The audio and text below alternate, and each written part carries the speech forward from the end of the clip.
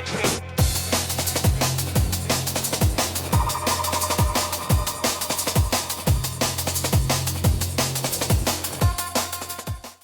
everyone, what's up? This is Zach here. Super excited to be speaking with Edwin, who is the CEO and founder of Brickken. Very excited to be getting into what they're doing here at Token2049, what it's like to be a CEO in these rapidly changing times in Web3. So we're joining you here from Token2049 in our humble abode here in Singapore. Very excited to be with you. How are you doing? Pretty good. Thank you very much for having me. Excited to be in Singapore, especially in one of the best ways for crypto, which is Token2049. So for our audience who doesn't know, and I mean, I don't know, your story, I would love to learn your story, how you got involved in Web3, in crypto, and how that made you want to start the company that you now run today. Yeah, so let's say early 2015, I have friends who traded Bitcoin, but I never got into it. For me, it was not of the interest. But then I stumbled in 2018 because I was working in another company where they had a blockchain project, like a side project of integration, which everybody was testing. And that's where I really started learning about the technology itself, right? So I always say, like, my first white paper was Chainlink's white paper. So I'm an M&A lawyer, and I needed to onboard offline data online, and the Oracle was something I stumbled through a Google search. Were you a Chainlink Marine? I am a Chainlink Marine in 2018. You remember that, yeah? Yeah. I was the first, like, few members in that Spanish Telegram group because I live in Spain. So Very I was like cool. member number 52 or something like that. Where in Spain? Barcelona. Oh, very cool. We have a teammate in Barcelona. Will you be there for EBC? Yeah, we'll be there for EBC. We'll have to reconnect. So go ahead. yeah, so just to finish quickly, I started learning about blockchain, and then I thought about the process of how the assets due to it being an open ledger made sense to make it more tradable, and you can onboard a lot of data. And my co-founder used to work in the same project that I was working with. So the two of us were like, hey, have you stumbled upon this term of tokenization? I'm like, yeah, but I don't know that much. It's like, this is very interesting. We started playing around, and 2020, we decided to co-found. And what was that journey like? Like I mean, you talked about the moments, but did you know that it would work from the beginning? Did you have some fear, some trepidation? How did you just decide this is what we're doing? Yeah, so I think I broke the startup book because the startup book says you have to go for your leanest, slowest hanging fruit, and you have to reiterate. And in this case, we went through the desert about tokenization. Back in the day, it was security token offerings. And we always knew this made sense. At some point, we're like, everything will be embedded, all financial markets will be, just because of how easy it is to move value, right? And we started doing a little bit of crowdfunding for real estate and started pivoting, but our goal was always tokenization. So we got a Spanish grant that allowed us to start onboarding tech team. We got the seed round, the pre-seed round. So we were always kind of like just there. But the clients, we were more educators at the beginning than actually closing clients. So it was not until like we spent like 1 year without a client, just building and educating. And I remember the first couple of years, you become kind of like, oh, am I really gonna make it, or should I just call quits? We have a couple of stories internally that. Tell me some stories. Yeah, like there was a point where we had like 16K in the bank, and that was it. Kind of like we have no more, but then something will happen, and they're like, oh, we got a new boost, right? And we value every single cent that came into the company just because of how hard it was. That it was not until 2023, late 2024, that we boomed. Because now tokenization became a key. The big players started jumping in. And the thing that positioned us super well was that we built for so long, so much know-how, because we needed to understand how to penetrate the market, how to sell, that right now, completely biased because I'm the CEO, but we have the best user experience, the best flow for tokenization, because we've been building for so long that now, when it became famous, we were like, I'm there, right? So we got lucky, but perseverance was key for us, obviously. And for those who don't know, can you break down the business and the company of Brickken? How does it work? What makes it unique? How do you stand out in such a competitive atmosphere? Yeah. So first of all, we always like to say, like, we're not selling a blockchain product, right? It's a technology. So we really focus on how we can really help the companies, because the companies come in because now they see that tokenization is a form of capitalization to get more exposure to different types of investors. So they want to understand how that flow funnel works. And we created something that we want people to really understand the steps, right? From the minting or origination of the financial instrument on chain to the offering, to the onboarding of the investors, to the assets. So we created this kind of like procedure for them to really stick in their mind. And it's like, okay, so tokenization is origination, offering. So we're really building the whole process. While I believe some competitors were worrying about the outcome. But it's like, no, you need to onboard them in the technology, show them the benefits, and that way they will stick with you. So that we really built on user experience. And we are Web It's 2. important in Web3. People Yeah, don't think about that absolutely. enough. Not at all. So what makes us stand out is we behave as a Web 2 company. We really go into the detail of how to get a profitable business, how to expand. We do a lot of marketing for Web 2. I mean, Web 3 is the presence, but we're a Web 2 company, and I believe that's a very distinctive format from a lot of who think like their target in a B2B is Twitter. When your target is in LinkedIn, you should use Google Ads, you should use retargeting. So my whole team, I would say like native, one or two people of 35 are Web 3. The rest is Web 2 that we onboard them into Web 3 because we want them to retain that value in Web 2. And when you think about the value of Web3, even though you're talking about Web2 company, why did you decide like blockchain company? Yeah, I mean, it's all about the immutability and the open ledger because you have all the information of the transactions of value and anybody has access to that. Like they created a global market from inception, right? And that was basically for us because right now all the data is fragmented. It's very siloed. Like one company owns the data, and if you want to connect, you have to buy that information or you have to connect API. So that's integration. So data is costly. Okay. So here you suddenly have all data available, and that just becomes crucial because that is what they call about like ecosystem, no? Like the word, which is you really can connect without me pushing what happens to you because you have to go to Etherscan or whatever you do it, and you can suck that data and then integrate or do something more simple than in Web 2. So really like the foundation is they created a market, and now we're just creating the add-ons to that market, and everybody's filling in that DeFi, the tokenization. So this is the most scalable product I have ever seen, just because all financial value will be embedded on it, and it's what we're seeing. Like it's just one globalized market. And when you think about the future of Brickken, what do you see the company looking like 3 years down the road? Yeah, we have a lot on the roadmap.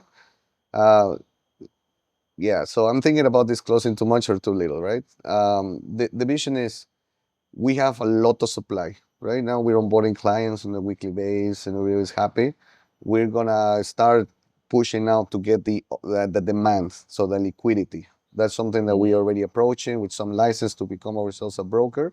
So if you have the supply and you have the demand, then you can create a market, and that's where we see ourselves. So yeah. And what do your clients say about you? Yeah, actually, we have a great reputation with our clients because we really again, just pushing the Web2 narrative, we have a customer success department. So we really nurture the relationship with that because when you're in a SaaS, one of the most important aspects that a lot of people know is you close a client, but then you have a customer success who is not about just the retention, but the upselling. So you really need to nurture the relationship because that's what they are for. It's not just to solve problem, but it's like, hey, how you guys doing? Do you need anything? Maybe you need this function, but it's always a selling point, but you nurture that relationship. So, and especially at the beginning, they said like your first BDs or your business development are your first clients because they need to give you the reputation for you to expand. So with our clients, we really go extra miles, especially when we were with a few super nurture relationship. And now we expanded that and they all feel super comfortable, super solvable. And we know that because they're referring clients to us. That's the best sign of success when Yeah, someone refers you. absolutely. How do you decide to build out your team in the way that you do? Yeah, so the components of any company, right? So we had a sales team, a marketing team, a tech team, and finance, operations.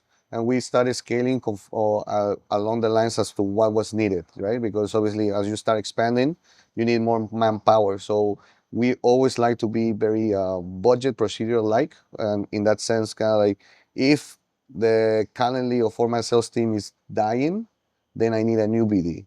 That's kind of like it makes sense. If the marketing is going too dense on one angle, we go and open that angle. Just because it's true, like you really need to have KPIs in the team to understand like where do you need to spend just because the workload has become too much. So we go step by step. We don't overspend if we don't need. We cut if it's needed. So we always like to just have all departments balanced to keep the growth, but at a very organic rate. That makes a lot of sense. So kind of talking about Token 2049, why did you guys decide to come to Token 2049, and what value do you see in in-person events? Yeah. So last year was my first one in Singapore. I came in and I heard like I wanted to test. I came with my co-founder, Ludovico, who manages the sales team. Oh no, sorry, Jordi, actually my CMO. And basically we started hearing about RWA and tokenization, but it was not there. And I took a gamble. Last year I thought like, okay, I think next year is really gonna boom, and we need to make a big presence. So we spending sponsoring side events. We came 6 people over here, and my assumption was correct. Tokenization is booming. A lot of people know us, and we are generating leads constantly because we really understand the problem and we offer the solution. So for us, Token 2049, this was a bet to see if now we are on the trend, and I can confirm like RWAs is definitely one of the verticals that will stick for blockchain. Makes sense. Um, okay, looking kind of at what you've learned through this journey, what do you wish that you knew when you started that you know now? Oh, yes, the hypothetical question of what would you do differently? And That's yeah, a of better way to course, put it. Yeah. you will do, I mean, you always say you will do things differently, but in the end, if the outcome is positive, then you don't change anything because you will say, oh, I made an error, but then the error gave you knowledge as to how not to perform the error. If you didn't have the error mistake, then you wouldn't have that knowledge, right? Well said. So for me, I wouldn't change a thing. It's part of the path. So talk about token. Yeah. What made you want to launch a token? Tell us about that story there. Yeah, so the token situation was a funny one because my co-founder, who was the head of blockchain and the one I used to work with, he hated utilities, right? Because he's a true builder, and he said like utilities make no sense, kind of like the tech and everything. So he was completely against it. But I was like, okay, we're trying to build a tokenization platform that need investors, right? Where are we gonna grab all the investors for the projects? And the only thing I can figure out how to amass that while also capitalizing yourself is through the launch of an ICO. So we went through the process of, kind of like maybe our best ROI would be to spend into the growth of our ICO, amass a community, and educate that community for the projects. And it's also going to probably give us, well, obviously, capital, awareness, and we create a brand around it. So after the logically happened to him, it's like, okay, that makes sense. I was like, thank God.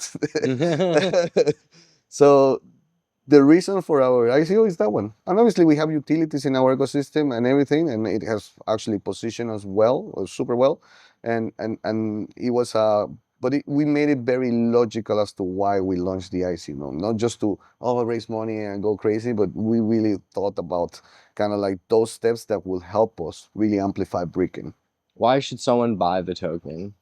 Yeah, because we're super well positioned right now in the RWA sector. We are considered one of the blue chips because we're always launching news. Like yesterday, for example, Mantra announced our collaboration. We deploy a white label. There are other chains talking to us. Everybody wants our white label just because how easy and intuitive it is. We're amassing partners left and right, clients over 100. So the weekend needs to be a reflection of our business. We're really pushing that to be true. And I think a lot of right now we're going to a cleanse. We always go through cleanse periods, right? Where companies focus too much on the token, but they didn't have business, they die. Companies that launch a token don't care about the token, only business, the token dies.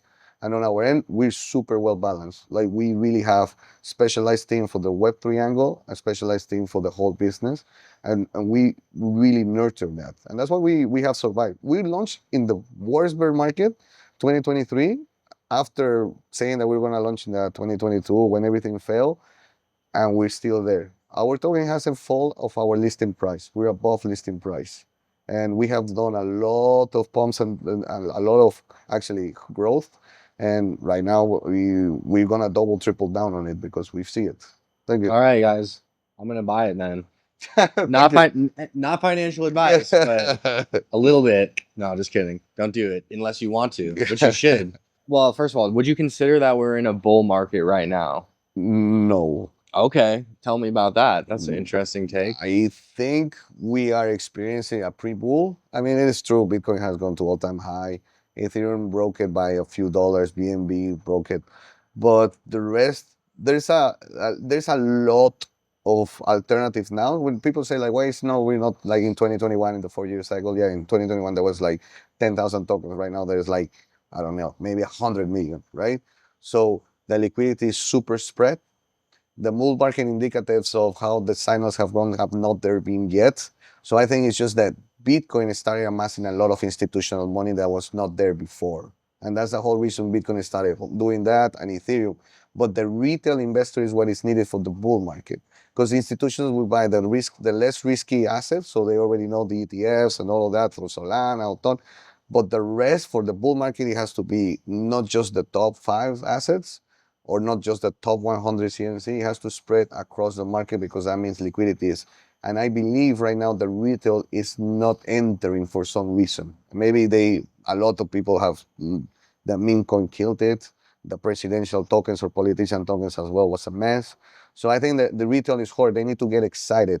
And maybe those indicatives are not there yet, but soon they will be, because if institutional money keeps falling in, the market cap of 4 trillion gets surpassed and everything, there's gonna be an ignition point. And I think right now we're not there yet, but I have very little doubts that we will definitely experience kind of like the alt season, which triggers a full bull market. When do you think that's going to happen? Yeah, not financial advisor.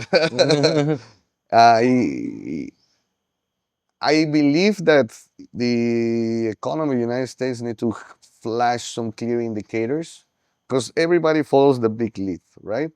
So if the United States goes into a quantitative easiness where they go and do more rate cuts and they start lending money at cheaper price, other countries need to go behind, because nobody wants their money or inflation or money get diluted, right?